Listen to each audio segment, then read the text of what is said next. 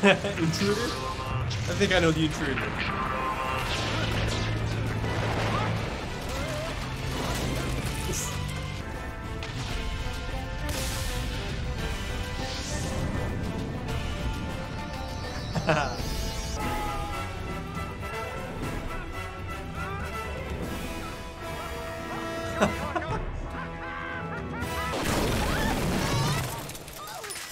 Hey, look at that, a red box.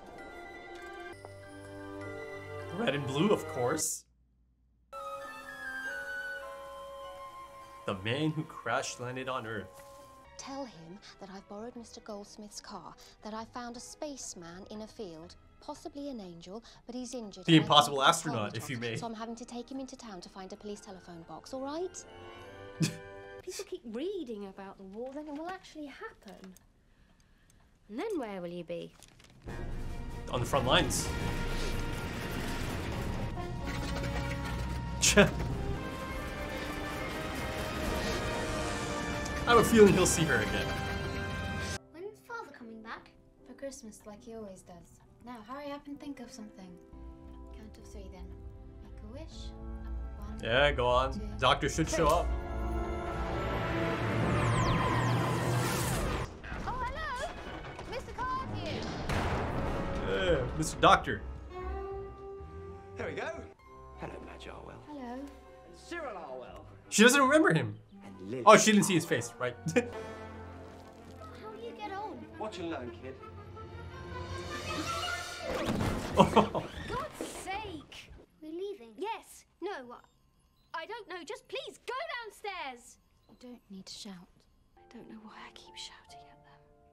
Because every time you see them happy, you remember how sad they're going to be. Because what's the point in them being happy now if they're going to be sad later? The answer is, of course, because they are going to be sad later. Hmm.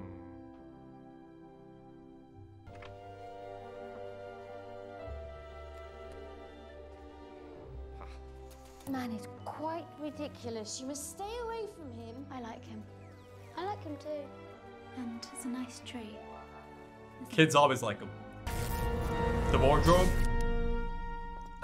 This wardrobe's a bit different. You were lying about the Panthers. Famous last words. Oh, wow. He's about to get sucked in. I mean, think about it. As a young child, you see that. Of course you go in, right?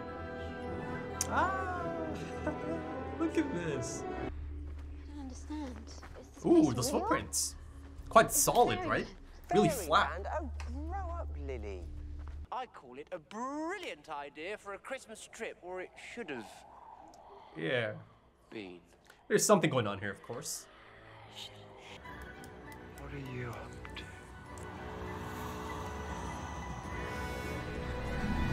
Whoa!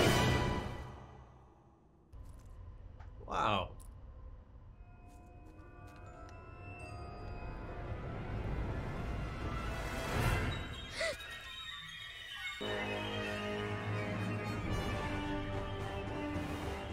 I like that design. Look at this. That explains it. The footprints. Large and like really flat. His eyes about to open. Ooh, I like it. Whoa. Some kind of sentinel?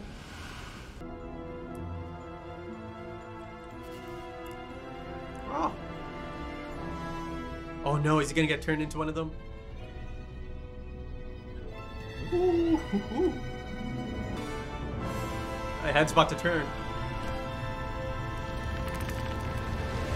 Doesn't it make you want to cry? Crying when you're happy. Good for you. That's Oh. so human. Like the life forces leaving the forest. Hello? I don't think they mean any harm though. It's okay. I think they just want to talk to us. Through him? Your coming was foretold. Oh my God! What is that? Why does he sound like that? You are weak. I'm really not. Interesting. Let go. Just let go. Could be her or the mom. We're going home to her right now, aren't we, caretaker? Not right now, but oh, great shot. I don't think we are. This tower won't protect us for long. She's gonna have to learn. Where's Mummy? She's coming. You know she's coming because She always does. she always comes, Yeah. doesn't she? Mummy always comes. Not this time, Cyril. She'll come. She'll come. Sorry, but not this time. Lily! Don't turn your back. Don't turn your back. What are you doing? I mean, they're quite slow. Oh, what are those? You have to stay away from it. You have to stay back. That's beautiful, isn't it? It's kind of like the ring. It's enticing. See how it shines. Yeah. This Ooh. is amazing. Where are we? Technically, we're not anywhere. We've flown into the time vortex. Ooh. She must only think. Madge, did you hear that? You said it, but did you hear it? You've got to think. Think. Think of home. What? Think of home. Just picture it. Feel it. Your mind is controlling. But home this vessel. includes You can husband, fly us father back as for well, Christmas. right? I'm older than I look and I can't feel the way you do. Not anymore. And you really need to feel it, Wow. Madge. Everything about home that you miss until you can't can't bear feel it home till anymore. you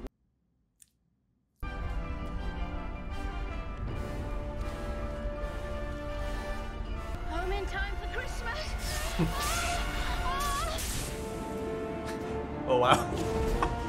I work in the dairy. He always used to follow me home. Look at Father, he looks so young. Wow. Yeah. Look, we're home again, see? What did you mean, watch him die? Where's Father? Where is he? Where's Daddy? Might be right outside. Could be. Stay close, caretaker. I'll be right outside. Caretaker. I kind of like that. That he's not being referred to or referred as the doctor this time. He might run into the husband outside. Is it going? Is it gonna be the plane? And before you go any further, I think you better come and look. He did have some new stars to guide him. What is it? I don't know. But it's all we've got. Look at that. Through time. Whoa. Happy crying. Quite the concept. Humany woomany. Oh. She can ask about his family. For yourself, Madge Arwell. Ah, well, you see, things to do, people to see. Of course, yes.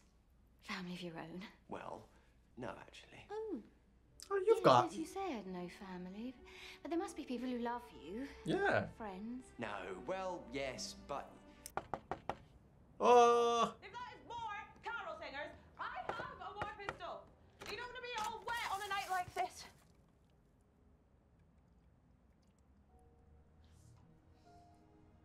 how long? 2 years? River told us. Well, of course she did. She's a good girl. Well, I'm not gonna hug first. Nor am I. Come on. Give it a second. Of course you have a family.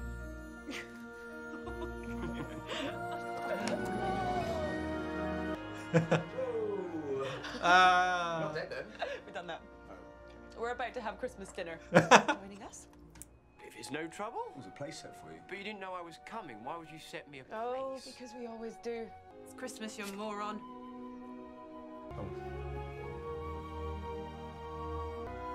Wow. This is a different feeling for the doctor. He's happy crying. Oh.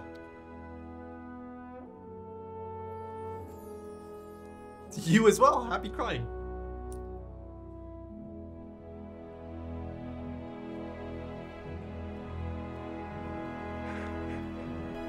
Oh, what a moment.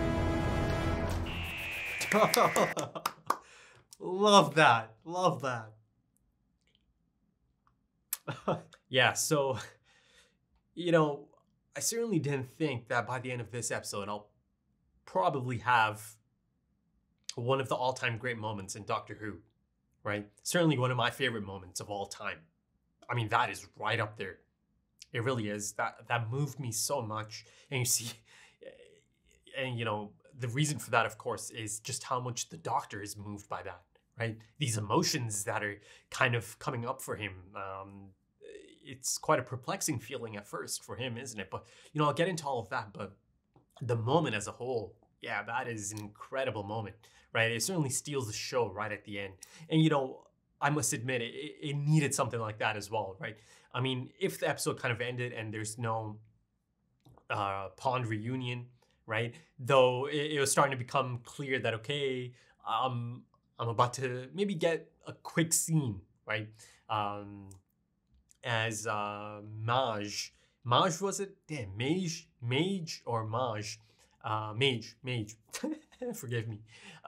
As, you know, she's imploring him to go speak with these friends of yours. I mean, listen, you know, she doesn't know it, but that's family. You know, that is legitimately the Doctor's family, right? And I feel like that is one of the things that's really playing in his mind at that moment. You know, a lot of things are playing out in his mind, and he has quite the emotional reaction to that. A surprising one for him as well, right? Happy crying, right?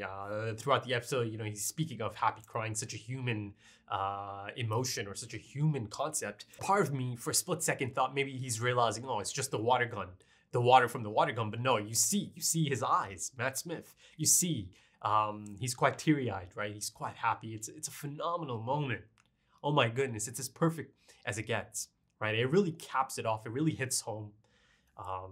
Yeah, that, you know, Matt Smith.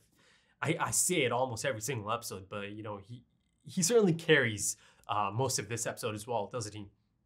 And wow, that ending, you know, him, that perplexed look I spoke of, you feel it. You just feel how real that is, right? How real that moment is for the Doctor. You really don't see the Doctor like that, ever, right? These emotions that he might be feeling at that moment. It also kind of, you know, ties back or circles back to something he told Mage earlier in the episode, right?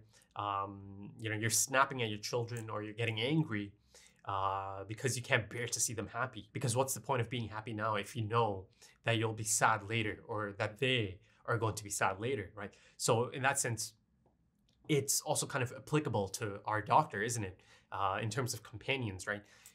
Listen, not all companions are lucky enough, or he's not always lucky enough to have this kind of reality with his companions. And again, like I mentioned, these are not just companions. This is legitimately his family. And for that reason, I feel like, you know, the bond and the dynamic that Amy, Rory, and the Doctor kind of share and have created over the span of these 2 seasons or series, you know, series 6 and 7, series 5 and 6. Yeah, I feel like that cannot be topped. I feel like nothing that might be coming at me from this point on is going to be able to have that kind of relationship, build those kinds of relationships, right? Yeah, you know, it's had quite the strong impact on me. And, you know, they've done a fantastic job. Moffat's done a fantastic job.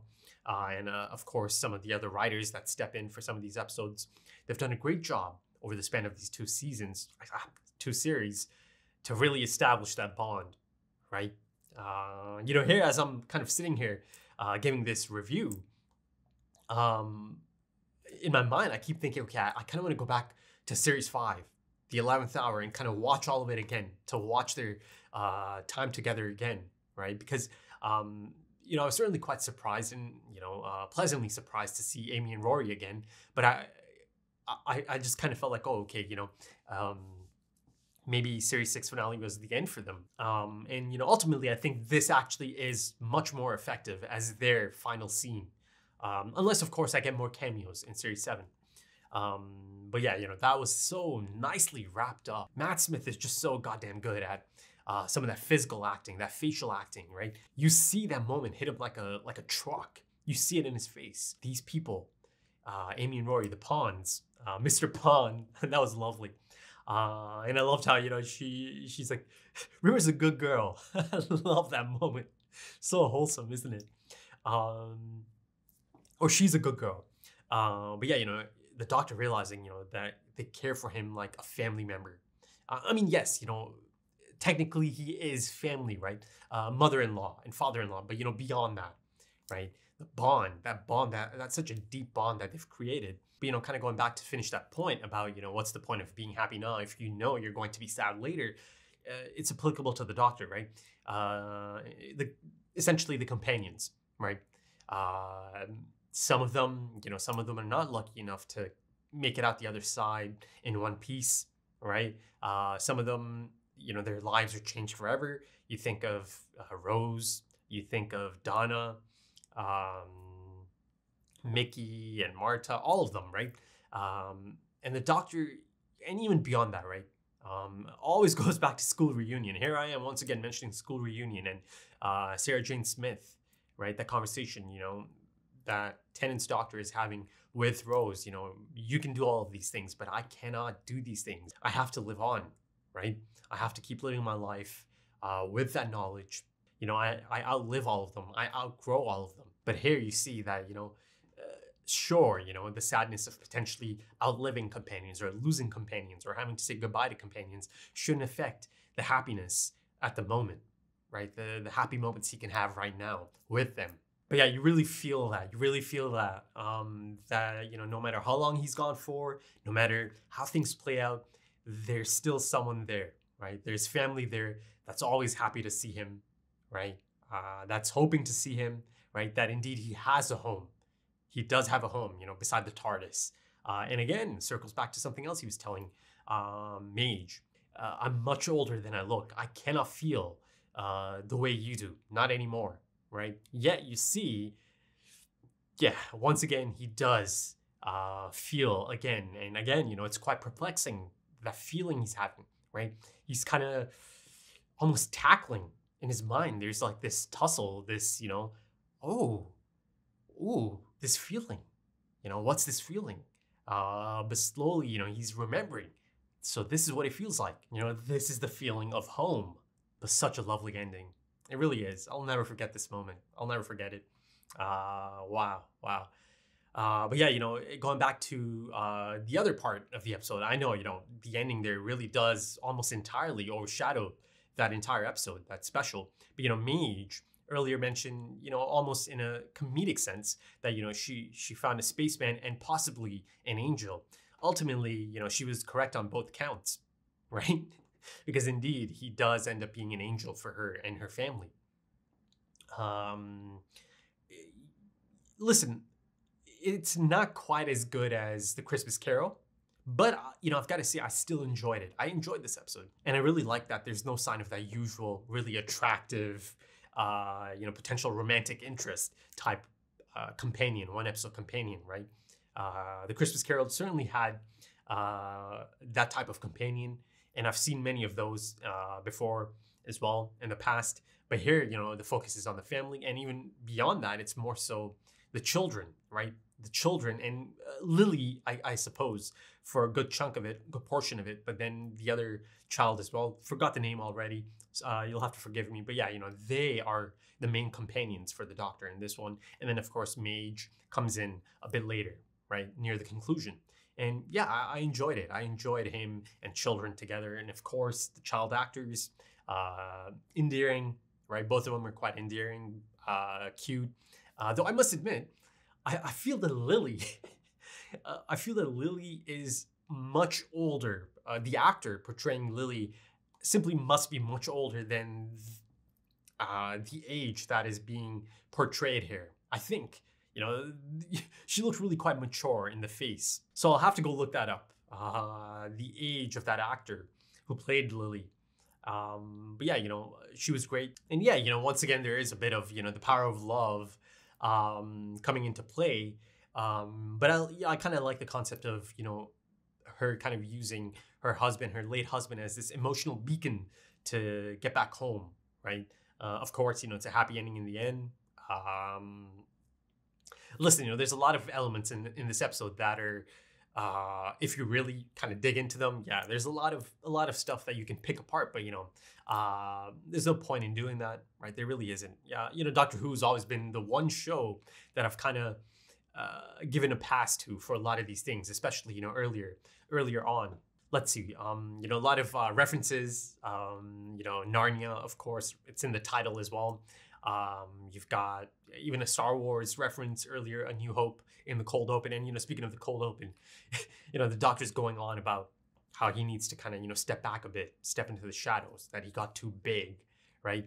And I'm speaking of the Series 6 finale, yet here he is in the beginning of this Christmas special, right? Making quite the scene. But yeah, perhaps beginning with Series 7, he'll kind of take that step back. There's also that tower, right? Easily could be out of Lord of the Rings or something out of a Stephen King book or setting.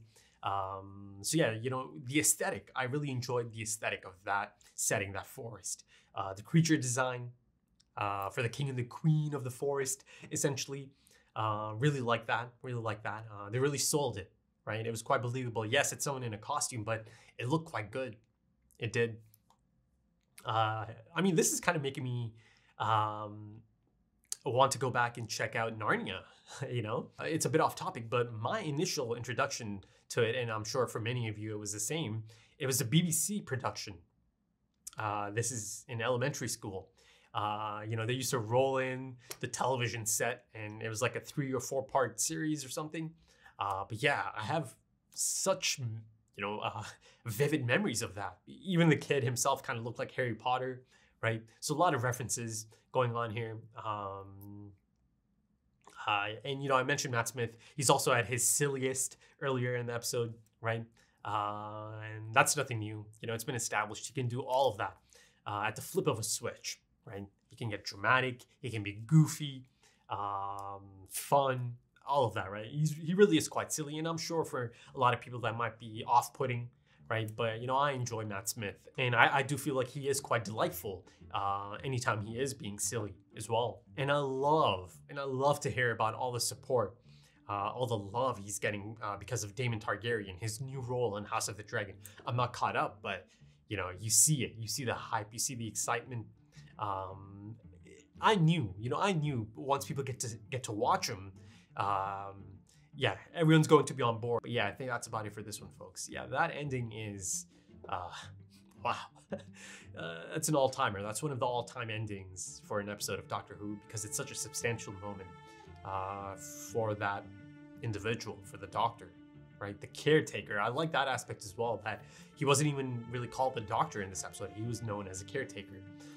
That does kind of lead into the whole, you know, I have to kind of take a step back into the shadows. Perhaps it'll lean a bit more into that in Series 7. But if you enjoyed this episode, consider dropping a like, consider dropping some comments, give me your thoughts. If you're interested in full length or perhaps early access to the next episode right now, consider checking out the Patreon page.